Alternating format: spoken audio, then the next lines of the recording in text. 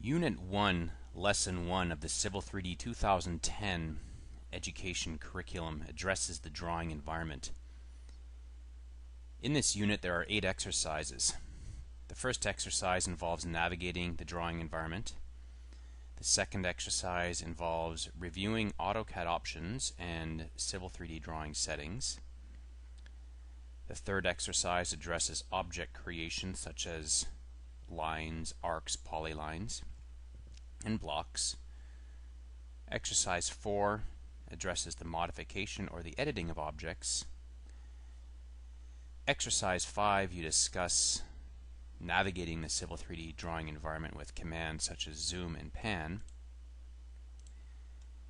Exercise 6 discusses creating blocks and using external references. Exercise 7 addresses working with layouts and viewports for creating sheets. And Lesson 1 ends with Exercise 8, which discusses plotting and engineering drawing to scale. In Exercise 1, the first discussion is on ribbons and panels. And this is the primary interface in Civil 3D 2010, where you can access your commands. So if we were to flip back to Civil 3D 2010 as an example, this is the ribbon. This is called a static ribbon. These ribbons, the static ribbons, are always there, your standard ribbons.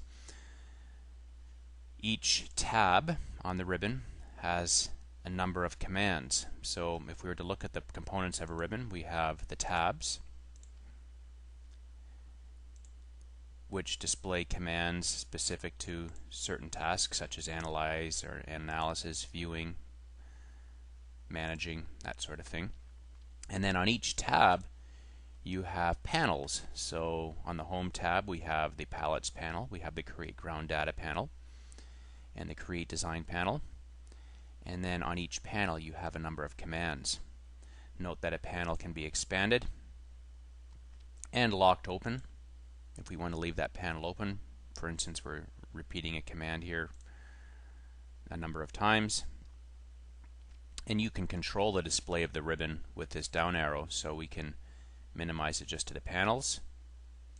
We can click that again, and then you have the actual tabs. So when you click on a tab, it will just display the ribbon temporarily, and then you have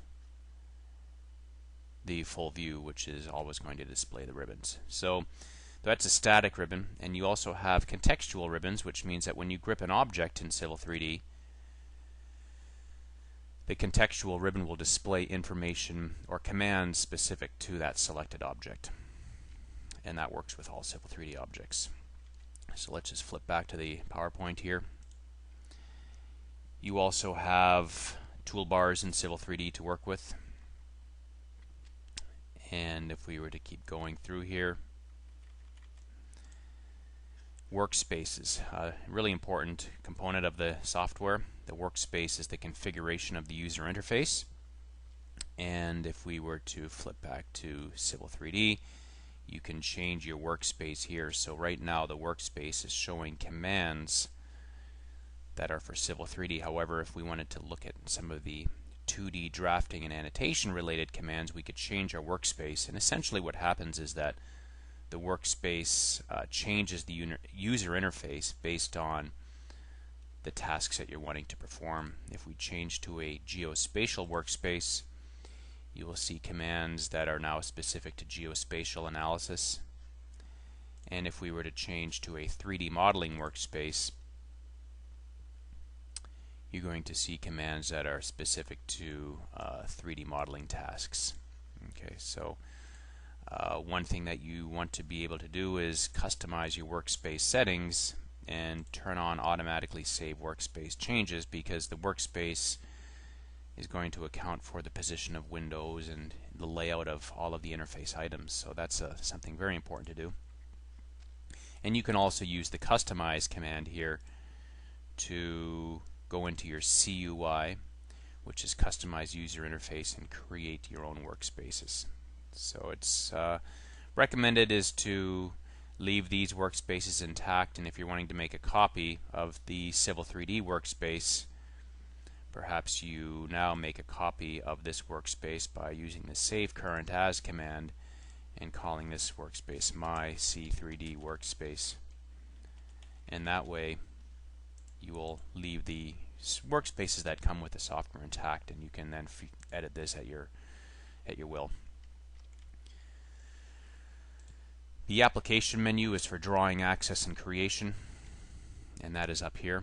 So this is your application menu, so you have a number of commands here for opening, creating new drawings, saving, exporting data to different formats, printing, publishing, some drawing utilities such as looking at drawing settings, units, drawing properties. And there's a number of tools. We won't get into this, but for 3D drawing, so creating lines, arcs, polylines, text, and blocks, the exercise steps you through if you're wanting some more of those basic AutoCAD skills. Drawing navigation such as zooming and panning. These are all going to be on the View tab of the ribbon, and you have a number of different panning and zooming and drawing navigation options here. Exercise 2 discusses AutoCAD options and drawing settings. So if we click back to AutoCAD or Civil 3D again, if you right-click anywhere in the drawing area without having an object selected and go to Options, you now have all of your paths for drawing templates, for example. Okay, so drawing template file location, this is something that should be configured. Your Display tab is where we can configure colors.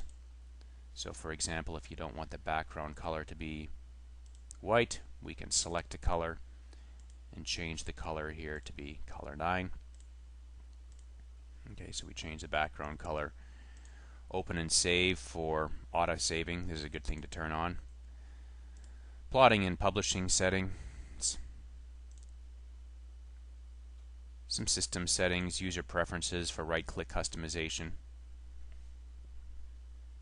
Some drafting settings, and we can expand the dialog box here. Some graphical selection settings as well here. So a number of settings and options, and those are all saved in your user profile. We discussed the colors, objects and drawing settings, either drafting settings, so your default snapping and polar track and object snapping, these can be set, and you're typically going to change a lot of these when you're working through an application or a project, but in drawing settings you can, or in AutoCAD options you can adjust these settings. And you can also specify your units of measurement. That's important as well, just so that when you insert blocks, you may wish to scale those blocks depending on the scale that they were and the units that they were initially created at. Exercise 3 addresses object creation and specifically gets into snapping. So object snapping is the ability to draw a line from the end point of another line, or the midpoint of a line, or from the center of a circle. It allows you to physically locate objects based on tying into a specific location on another object. And lessons on just creating lines, text, arcs, blocks, and polylines. Also, layers are discussed in exercise 3. Obviously a very important component of AutoCAD. If I type LA on the command line, objects are all placed on layers, and it's very good to keep your drawings organized and to drive the display of your objects from the layers that they're on. So that way, if you need to change the layer, if you change the layer color, all the objects on that layer will have will reflect that updated layer color. Okay, back to the PowerPoint. Exercise 3 also deals with text sizes and font sizes, text styles, the modification of objects, and using grips. So this is quite handy. All objects have grips. So if we were to grip this line here, you can use grips to position a line. Okay. Arc will have a different set of grips that allow you to change the length of that arc, change the radius of the arc, or the position of the arc. change the radius of the arc, that sort of thing. So every object has a different set of grips on it that allow you to manipulate that object. And Civil 3D objects actually have grips as well. And points are quite unique because they have some interesting grips. This one allows you to rotate the point. This one allows you to move the point, which updates the coordinates. This one here pulls the point into drag state display property.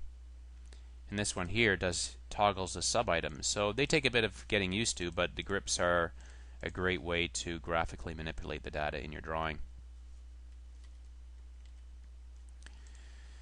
Exercise 5 discusses navigating the drawing environment in the third dimension using preset views in the navigation toolbar. And we'll just flip over here quickly. That would be under the View tab. You've got a number of preset views for 3D visualization.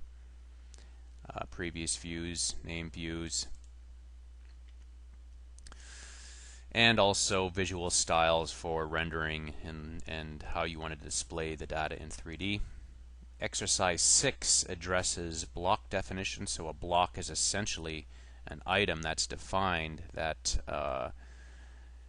contains a number of lines, arcs, or any other AutoCAD entities. So in this case, it's a fire hydrant block. So if I was back to the drawing here, and if I did an AutoCAD insert with I on the command line, you can see we have a number of blocks. If I chose the fire hydrant block, I can specify the location on screen for insertion.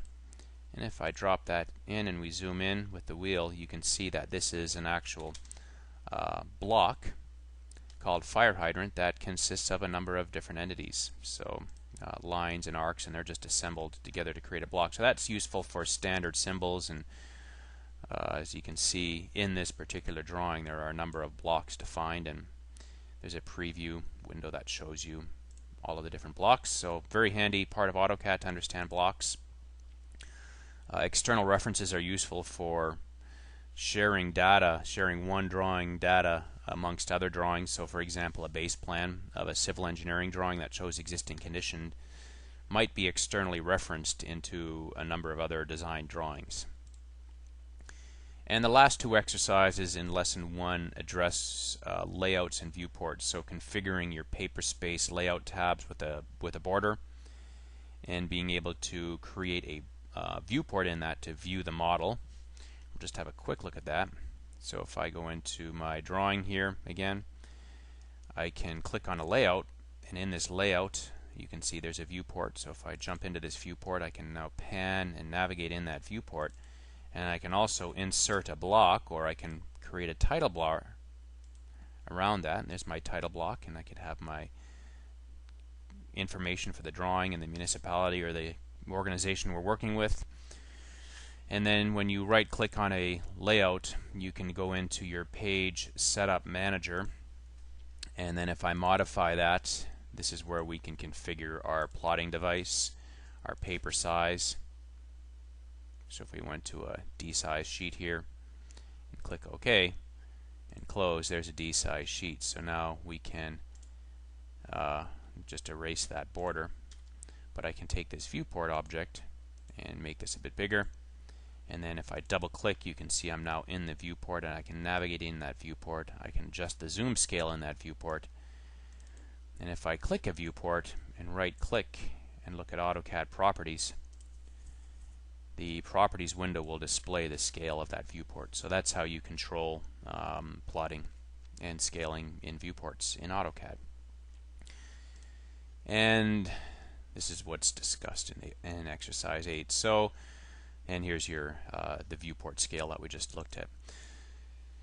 So that concludes the discussion on Unit 1, Lesson 1. Once again, it's a good unit to go through if you want to brush up your base AutoCAD skills and take it from there. So be sure to watch the rest of the presentations to learn more about the various lessons in this education curriculum.